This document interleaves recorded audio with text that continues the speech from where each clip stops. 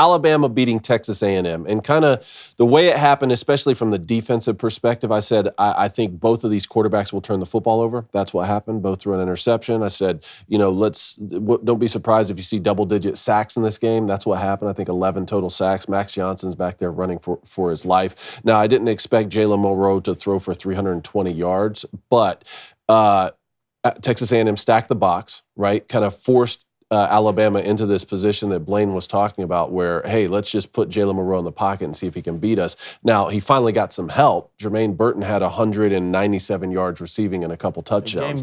But he's still not getting help in the run game. That's what's the most surprising to me. Alabama rushed for 23 yards against Texas A&M. That's not a winning strategy throughout the season. And what's more surprising, Jalen Milroe still minus 31 yards rushing.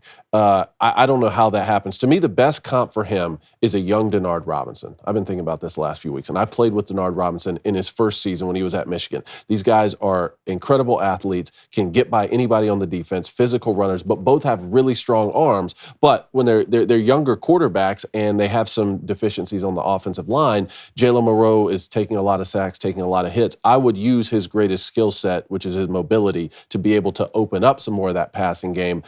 They keep getting away with it, though, and this defense is keeping them in every game. I'm starting to get, and I'm not saying he will be him, especially in the NFL, but Jalen Milroe really reminds me of a young Jalen Hurts. Like, he really does. Big physical runner. He took that shot to the back from that blitzer that they didn't pick up and he didn't see. I'm talking square to the back from a grown-ass man, laid on the ground for a second, popped up, and then converted. Like I know he ended up throwing a pick a couple plays later, but when I'm watching him, he runs so heavy when he does run. He's very elusive. He can keep the play going. But early in his career, Jalen Hurts struggled with those intermediate. Bad. Do you remember how bad he used to miss? Like, Jalen Hurts used to miss guys high. He used to miss them down. But the deep ball was always decent for Jalen Hurts. He could always throw a good deep ball. Now, I don't know if Jalen Milroe and they're using Jalen Milroe differently than they did Jalen Hurts. I'm not saying he will be Jalen Hurts, but here's what I don't understand from A&M. And by the way, this game went very similar to how we thought it was going to go. Neither team was able to run the ball really at all. A&M ran it better than Alabama did. But where I was wrong, I thought Max Johnson would be able to outduel Jalen Milroe in an old-fashioned, shooting contest, passing contest. And some of that had to do with A&M's lack of ability to pass protect, as well as Alabama did. What I don't understand from A&M is, okay, you're stopping the run. I get that you're loading the box some and you're bringing pressure some, and you don't want to do the same thing all game. You can't do the same thing all game. People that say, oh, you got to do the same thing all game, that's not how this works. You got to be able to mix it up. But it seemed to me like at some point, if you're A&M, so play coverage, play tight coverage. Keep the box, let's have an even box and say, all right, we're going to try and stop Bama's run with an even box. We don't need to send guys in. Now, look, if you're facing 12 personnel or 11 personnel and the tight end's attached and you want to walk the safety down, that's fine. You're not worrying about the tight end beating you vertical at safety. But at some point, how many times, David, is the first read just going to be wide open? How much cushion are you going to give because you're bringing pressure that not only do you make the decision easier for Jalen Milroe, you made the throw easier. Hell, even when they would run coverage, they're rushing three. On that first touchdown, unless I'm just losing my mind, they rushed three. Let's go. What else? And nobody covered the guy in the slot.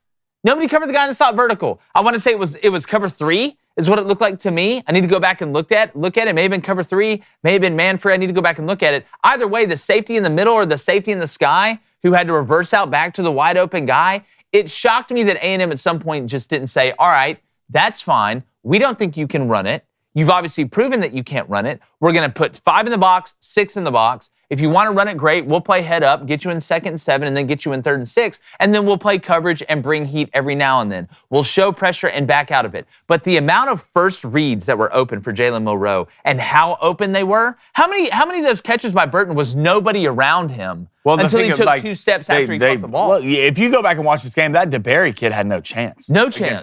They pressed him. You just got hit with hitches all day. This quick stuff. Then you drop back. You got hit with double moves. They didn't have an option. And when they doubled Burton, here comes Isaiah Bond coming out and balling. We've been waiting for this for a while now. We've been questioning Bama's skill position. How much? Now that we saw A&M get torched against Miami, and now we've seen them get torched through the air versus Bama, And I'm not taking any credit away from Bama. Jalen played his ass off. Tommy Reese called a great game. How much of this is A&M is just bad in the secondary? They're not great. Well, Regardless if you bring pressure and run man and run press, or regardless if you sit back and drop 8 and try and, keep everything in down and keep your shirt down. Want to let you guys know, I'll tell you what is memorable, all right, when you start taking Nugenix. Because you know what you start remembering and what you always remember? How you don't feel tired anymore. You perform better. You're ready to attack the day. You don't just grab the bull. Grabbing the bull by the horns is not just a metaphor. No, it's not. All right, you really did that. All right, and if you're tired of wasting your money on testosterone booster products that don't work, I don't blame you.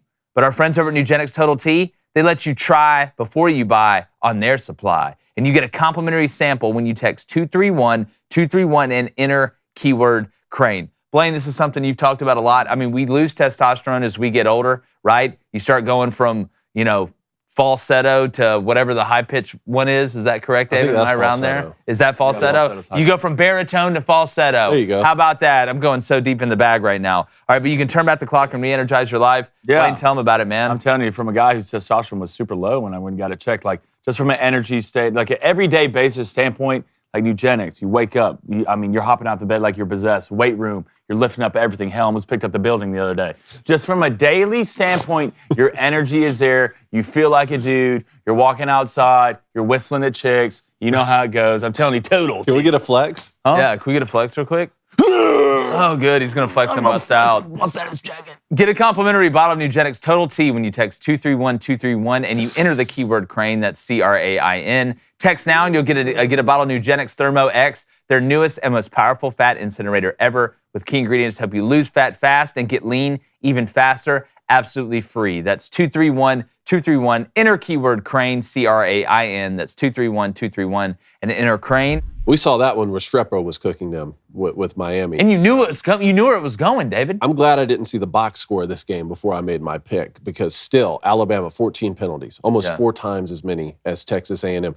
2 turnovers, twice as many as Texas A&M had. Got out rushed. 67 yards to 23 yards. But again, that defense for Alabama and then Jalen Milroe being able to hit big throws when he needed them most, that's going to keep them in. The question is, in a year when the SEC West is kind of down and you look at an LSU team who does have the capability to put up a lot of yards but can't really stop people, and you've already beaten a high-powered offense in Ole Miss, does Alabama still figure out a way to win the division and move on to Atlanta? Well, it looks like it's still going to be wonky in the SEC West. Hey, YouTube, thanks for stopping by. You get a chance to make sure you hit that subscribe button, hit that like button, keep sharing the show. Cannot thank y'all enough the way we're growing. You guys are the best, and we really appreciate it. We'll keep being us. You keep being you, and without you, there is no us.